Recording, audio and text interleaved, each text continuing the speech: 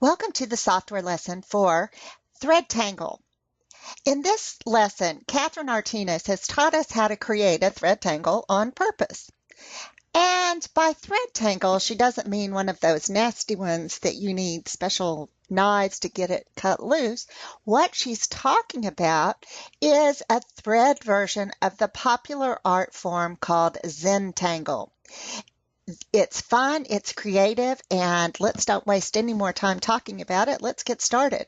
The first thing I'm going to do is come up to File and select to import TrueType text.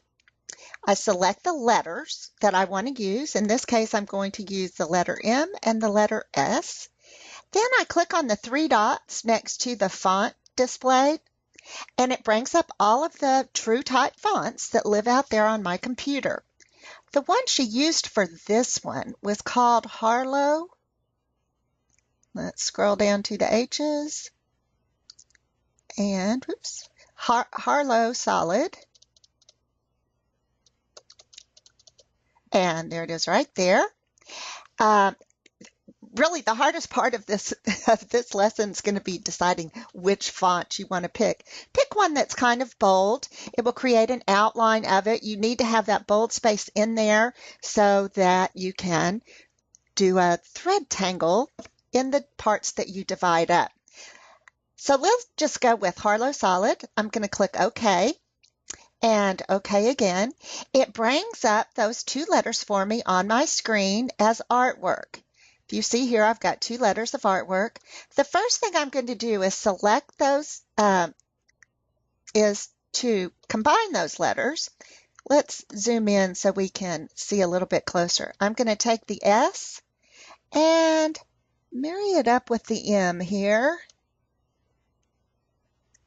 so that we have them connected, and then select both letters by drawing a box around them or do Control A, and we're going to weld them together to create a single object.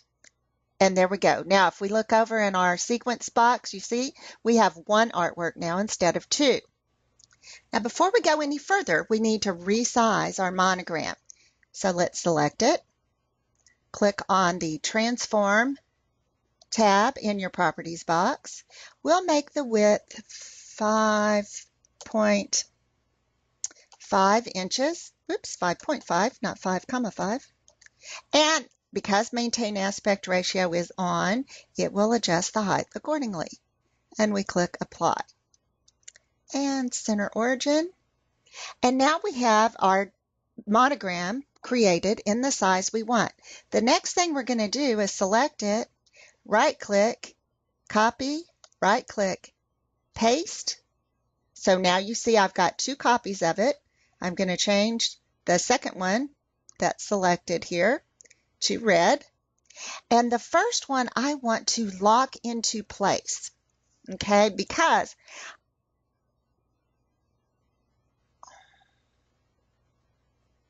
no, I don't. Let's undo that.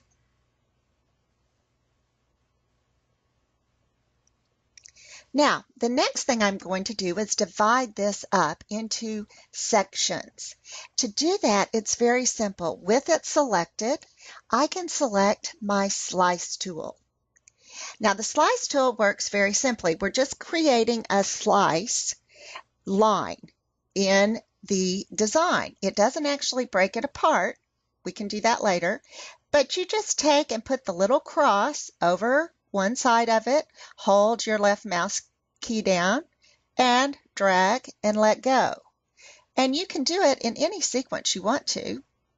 If you want to go around and just do it in sections that are similarly sized, and create the angles you like in those. Might do that. Oh, maybe it'd be fun to come down here or over here. And there. And it's hard if I'm trying to do back here, it's easiest to come to the opposite side and come across like this rather than try and get on top of it, because when you see that arrow instead of the plus sign, that means you're moving the dot that you're on. So we'll just keep playing this way, and let's slice this one here, and I want to cut across here. We'll make this into a couple of pieces, and you can just slice away and carve this up like a turkey on Thanksgiving. And when you're done, you can take a look at it and decide if you want to move any of those. Maybe we need to add one more here. So that's a pretty big area. Let's move these. I just click and drag, and I'll add one more here at the tail. Trying to decide if I like this that much. Not really. I think I'm going to move this up this way. And if I want to get rid of one, let's see how I can do that. That's the same one. I'm just going to click that. Can I get rid of it?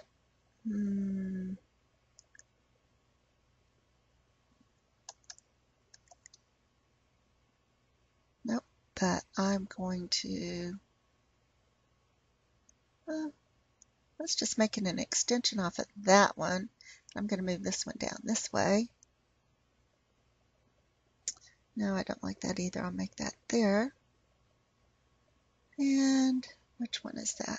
That one's that one. So you can just play around with it until, I think I like that much better. You get it the way you want it to look.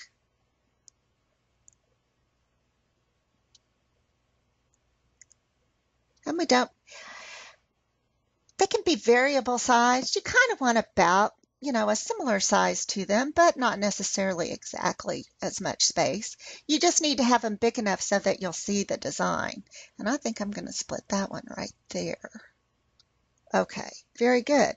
Now, once I've got all of my adjustments made and I quit playing with it,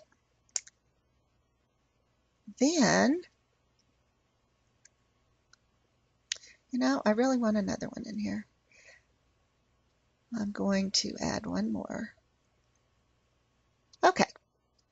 Then, when I've got it exactly the way I want it, then I simply hit enter, and it sets those slice marks up for me. Okay. Now, I'm still all one unit. If I click on it with the select tool, it's still all together. Let's put it back in the center. And before I go any further, I want to copy this and paste it. Now I have two copies. The second one, I'm going to change to red.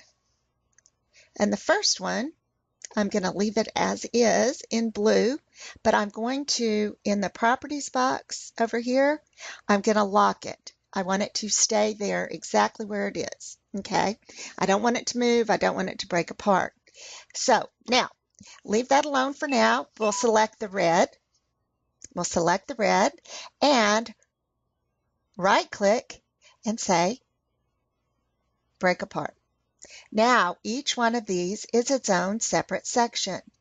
Okay, we'll do undo to put it back in place. And I want to select the red, and let's just go ahead and fill them so it makes it easier to see.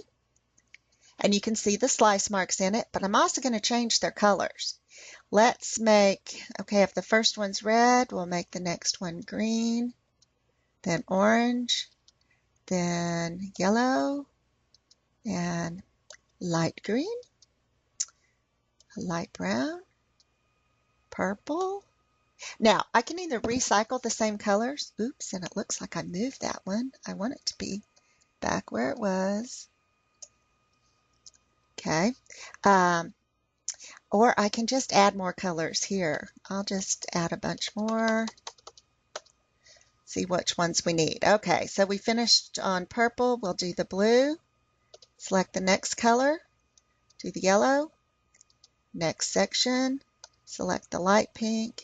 Click. and then right click on the dark pink, click, and right click on the tan, click, right click on the muddy brown, click, peach, click, silver, pale yellow, brownish, and sage green. Now, we can get rid of any extra colors we have, and there you go. We're all set.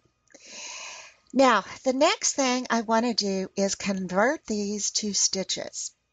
We'll select them all again, with the exception of our first one, because, you know, it's still there as an outline, as artwork, but we'll select all of the rest of the artwork, and I can just drag a box around it. It's still, you notice, not selecting the one over here because it's locked, and I'm going to right click and convert to a complex fill.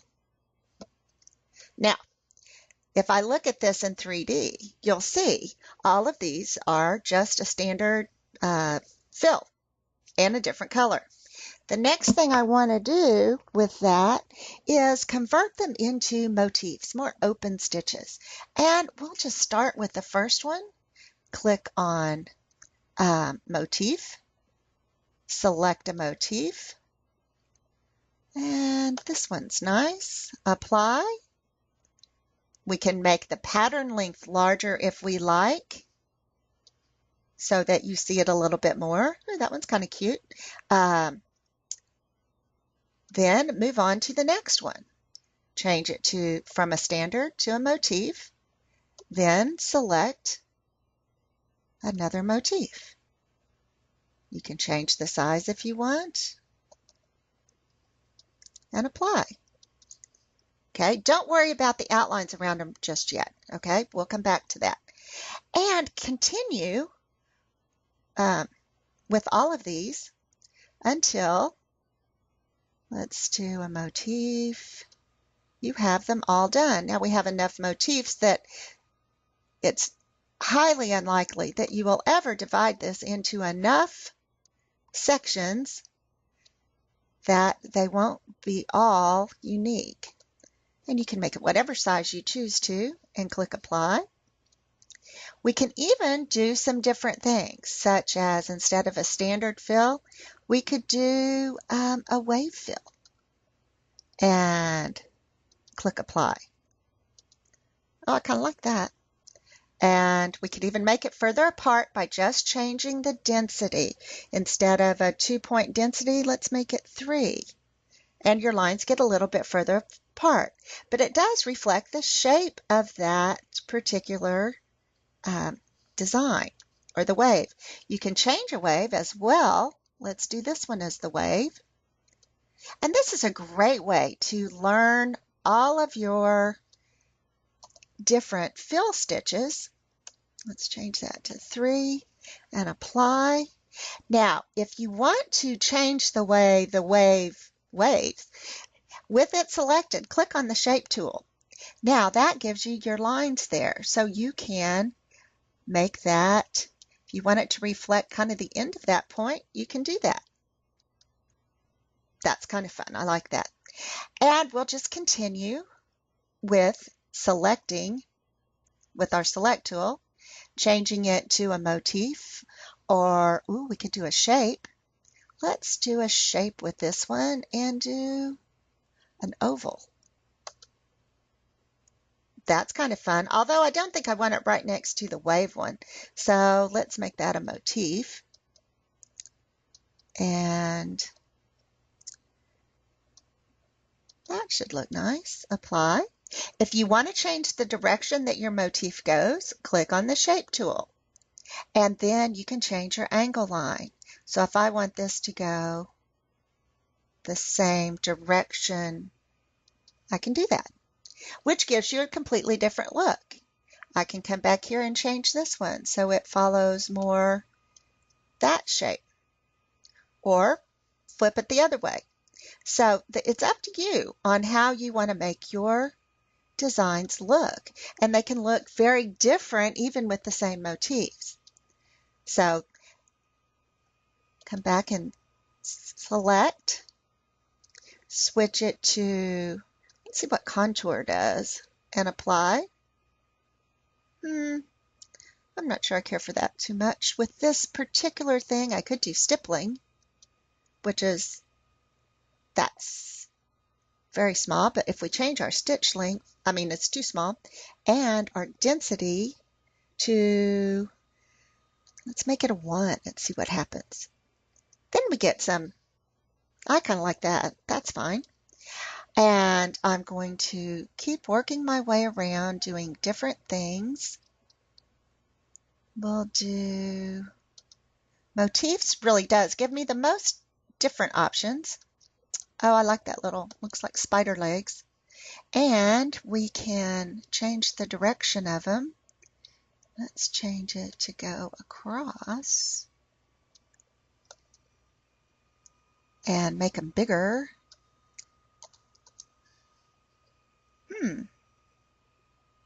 Maybe update path. Trying to get that line down the center of it, and if I keep moving my angle line, then it works pretty well. And I can make that smaller too if I want. Make it 5 and apply. Just keep playing with it until you get the look that you like. I think maybe 4.5 is my look. Okay, and I'm going to pause it here. I'll come back when I've finished playing with mine, and we'll see what we do next. Okay, welcome back. Now, I finished applying motif stitches and shape fills and wave fills to all of the different sections of my design. The next thing I need to do is go back to the very beginning where we have this design. I want it unlocked, or not design, this artwork. I want it unlocked, and with it selected, I'm going to come up here, click on my move to front icon so that now it's on the top. Now remember, this is our artwork that has all of our lines in it between each of the sections. What I want to do with that is create an outline stitch. So I right click and say convert to run. And there's our run stitch. And that's not bad. You may want to leave it that way. But I'm going to go by Catherine's suggestion and take that and convert it to a bean stitch and click apply. I want a little bit stronger outline around each of those. Now, at this point, I'm going to save my design with all the colors separated, and I'm going to save it as a C2S. MS as a C2S and click save. Select it all, and let's make it one color. And there you get the picture of what it looks like. Now, before we save this in our machine format to stitch it out, what we need to do is add an applique to it. So I'm going to come up to my artwork and select my ellipse. I want to create a circle here, and I'll just drag a circle around. Okay, we'll make it 6.5 inches, 6.5 by 6.5, 6.5. Apply. I'm going to change the color. Let's make it orange. Okay, so it doesn't come apart. Let's select it and group it. Then select our orange circle, and now I'm going to take my orange circle, right click, convert to applique. And there you go. So it'll do my placement line for me. It'll stop. It'll do my tack down line for me. It'll stop for me to trim away the fabric, and follow the instructions on this because it's a reverse applique. And then it will stitch the satin stitch for me. This part of the software lesson is really the easiest part. We're going to create appliques from TrueType fonts. In the instructions for the project, Catherine teaches you how to piece fabric together so you get that Zentangle look with the fabric, either used as an applique fabric or as a base for a solid color applique. And follow the instructions in there. But here's how you create the appliques. First of all, I'm going to create a rectangle. I want a 4-inch square.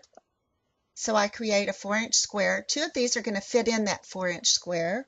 So this is 4 by 4. And click Apply.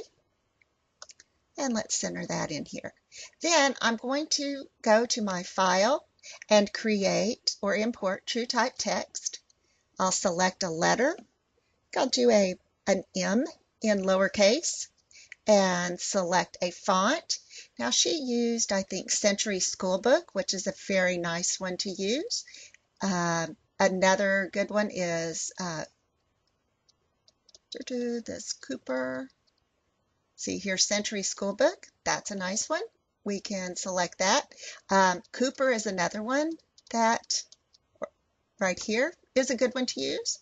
We'll try that one and see what it looks like. And just click OK and bring it in. It comes in as artwork. The first thing you want to do is resize it. And I'm just going to drag it to fit in my space to where it doesn't take up the whole 4 inches, because I'm going to have a grid of fabric behind this. So if I just put this in the center, then to create the applique, all you do is right click and say convert to applique. And there you go. If you want to change this to where it doesn't overlap, you could make that smaller by changing the width of the applique to, let's see if, and the stitch length to 3 millimeters instead of 3.5. Does that help? A little bit. Maybe 2.5. But you still get the idea that it's an M. Oh, that looks much better. I like that a lot. Now, when I go to save this, I can do File, Save As, and it will save my design for me. I'm also going to print a template for this because I want to make sure that I get it in the box exactly where I want it. And to do that, I simply click Print Preview. It brings up my design for me. I can go into Settings, and I'm going to change that to also show artwork. And click OK. And now I can see when I print this out exactly where the edges are of my frame, and I can place this precisely where it goes. It's that simple. Now save it in the format from your machine, and you're ready to go. Let's open up a new file to do the larger applique. Now this one goes in the 10-inch square. So I'm going to stitch it as large as I can in my hoop. So let's do this again. I'll go to File, Import TrueType Text. I'll select my letter S and select a font from any of my TrueType fonts that live out there on my computer. The one, and I think it was very lovely, that Catherine used is called Harrington. And we'll just scroll down here till we get to it and select that one. Click OK and OK again. Now we'll bring it in, and I'm just going to make this really big because I'm going to stitch it in my largest hoop. Now that's certainly way bigger than what's going to fit on a 10 by 10 inch square, but if I select the hoop that I'm going to use, which will be my Baby Lock Brother 200 by 200, and click OK, that brings it up, and you can see this is way too large for that hoop. I'm going to first convert this to an applique. Now, to make it fit in the hoop, all I have to do is come back over here to my hoop icon and click the little arrow below it and say Auto Fit. And it will reduce the size of the applique to fit within my 200 by 200 hoop just perfectly. Let's see how that looks. And there you go. So this is the size I'm going to stitch it. I know it'll fit in the hoop. I can get rid of the hoop now by clicking on the icon again. Now I want to see what it's going to look like in the 10-inch frame. See if this is a good size or if I need to make it taller and use a larger hoop. So I will come up to my artwork, select Rectangle, Let's just draw a rectangle here. Come over here to transform. I'll change that to 10 by 10 and click apply. Then select everything. Oops, select it all. Align it in the center. And then let's center origin. And I think that'll be a perfect size to fit on that 10 by 10 inch frame. One more thing that I would do with this before I stitch it is to print out a template. So let's go to print preview. And I've taken the artworks off because I don't need the size of the frame. I just need to know where the center of this is. And the instructions will tell me how to place it and print out a template for my design. And that's all there is to it. Thank you for joining us today for Thread Tangle. I hope you've enjoyed this thread tangle more than other thread tangles you've had before. This is Tamara Evans. So long for now.